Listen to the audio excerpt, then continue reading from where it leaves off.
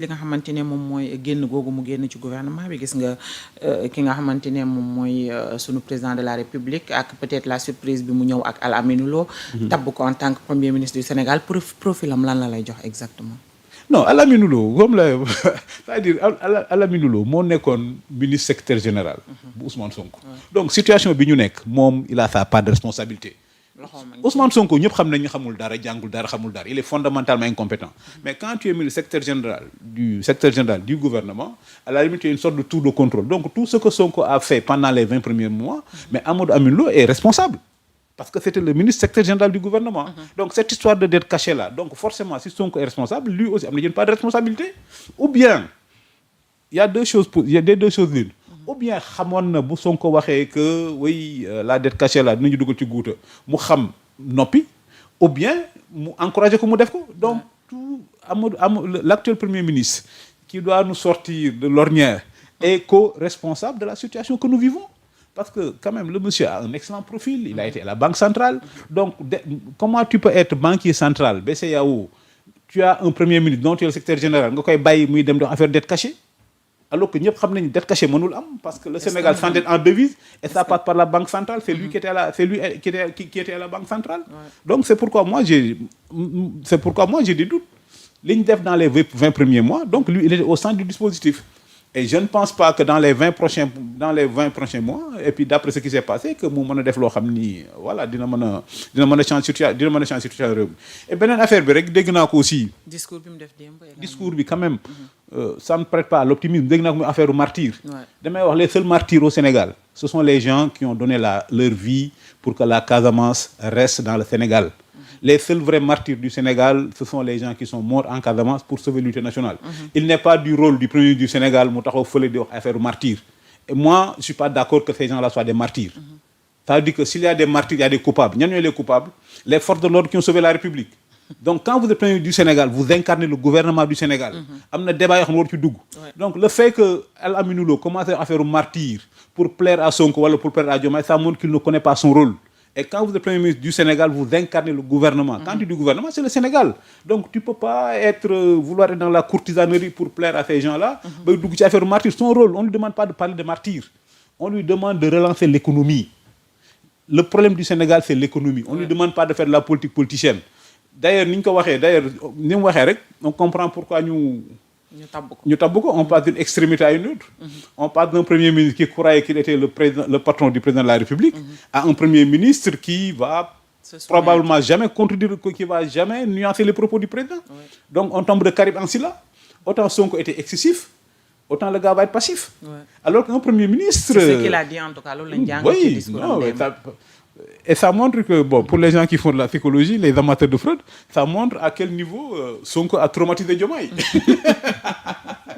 Ça, c'est du factuel. Non, ça montre comment il a... Ce sont les deux excès. Il ne faut pas que Diomaye aussi passe d'un excès à un autre. Am un premier ministre boo xam ne fàllewul il se croit être ton patron et puis jël premier ministre boo xam ni loo wax mu balaa ngay pare mu ni eskay. te waa ji boo déggee discours am moom ci alignement boobu la bëgg a taxaw. bu Diomaye sëqatee sax mu ni eskay alors que loolu baaxul. Il faut trouver à mon avis il faut trouver le juste milieu.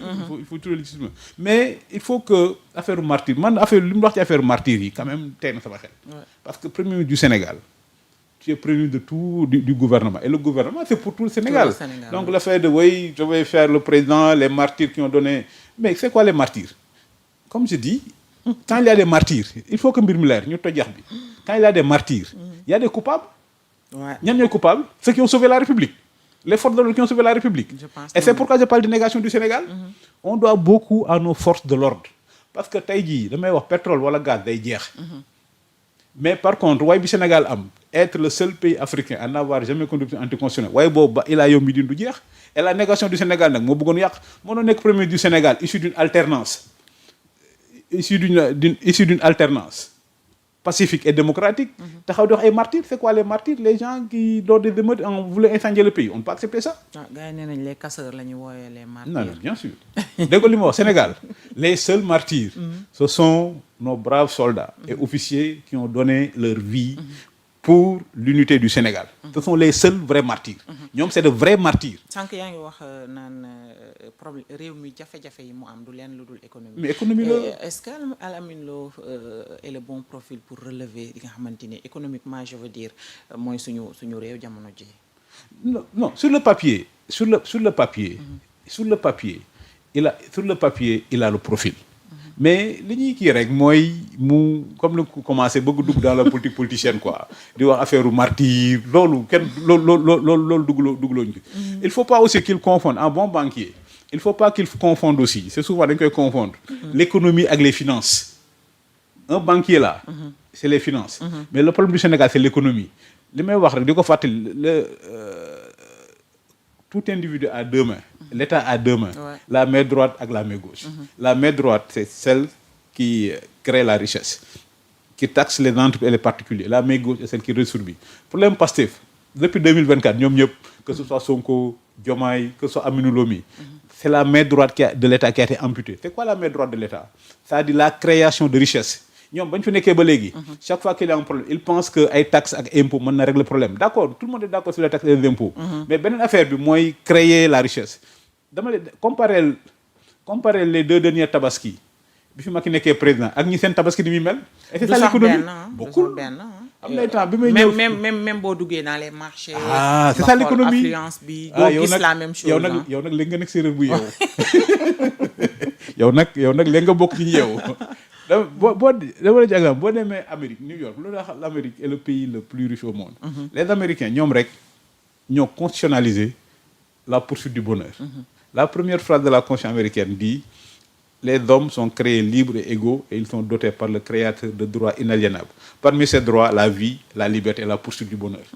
Boo demee Times Square tu vois la consommation. Donc loolu moo manqué Sonko Diomaye ak Aminata Lo depuis le début. Ça veut dire que faire revenir la confiance pour que relancer l'économie. Li war ni ñoom ñett ñëpp seen ñàkk a xam-xam li ñuy wax plan de redressement c'est lourd. On dit plan de relance. C'est-à-dire la confiance. C'est-à-dire gëmloo Sénégal yi que vous êtes un grand pays vous avez un grand avenir. Comme ça nit ñi génn gëm loolu parce que l'économie c'est la consommation se fonde sur la confiance. Malheureusement ñoom Pastef depuis 2024 ils ont tué toute confiance. ko am ñu ni sàcc nga. Ça veut dire que moom la ñuy wax le ressentiment. Le moteur de Pastef c'est le ressentiment gëmloo boy yi. que képp ku am ci dëkk bi da ngaa sàcc képp ku tekki da ngaa kii ñi am xaalis dañuy jël seen xaalis xoolal xar yaa ngi ci mbedd bi. ça c'est le problème du Sénégal hein. waaw mais c'est pourquoi l'économie à l'arrêt. L'économie c'est psychologique. L'économie c'est psychologique. C'est-à-dire moo gisee temps boo gisee ci ñëpp a ngi jooytu Amine Lo faut pas que mu def erreur moom banquier la. banquier li ñu leen di kii mooy denc xaalis mais moom premier ministre on lui demande de créer la richesse d'ailleurs li lay war ni seen système bi doxul. Mon ami le ministre des Finances, Cheikh Diba, est plus connu que le ministre de l'économie. Ouais. Le ministre de l'économie, quand on fait depuis 2 ans, tout encore. Parce que c'est vrai, il est très absent. Oui, il est très absent. Mais ça montre que ces gens-là privilégient les finances sur l'économie. Ouais. Or, c'est l'économie qui est plus importante que les finances. Donc, pour réussir, il faut qu'il place l'économie au centre de son. Qu'il sombre pas dans le populisme. Qu'il sombre pas dans la courtisanerie. La courtisanerie, c'est chercher à plaire à Pastef en parlant de martyr. On lui demande pas de faire ça.